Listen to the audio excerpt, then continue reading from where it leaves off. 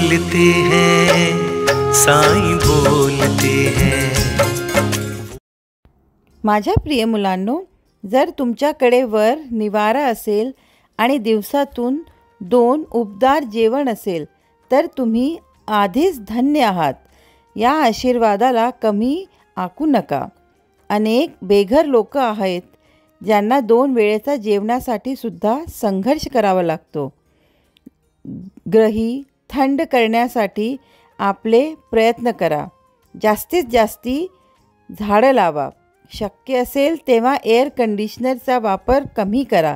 तुमचे वाहन काढणे टाळा आणि चालत जा किंवा सायकल चालवा।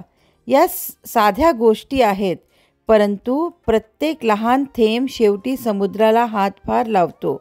त्यामुळे माझ्या प्रत्येक मुलाची छोटी छोटी पावले आमूलाग्र बदल घडवून आणतील। जाणून घ्या की तुम्ही आशीर्वादित, प्रिय आणि संरक्षित आहात। म्हणून आनंदी रहा आणि खूप हसत रहा। माझे आशीर्वाद सदैव तुमच्या पाठीशी आहेत।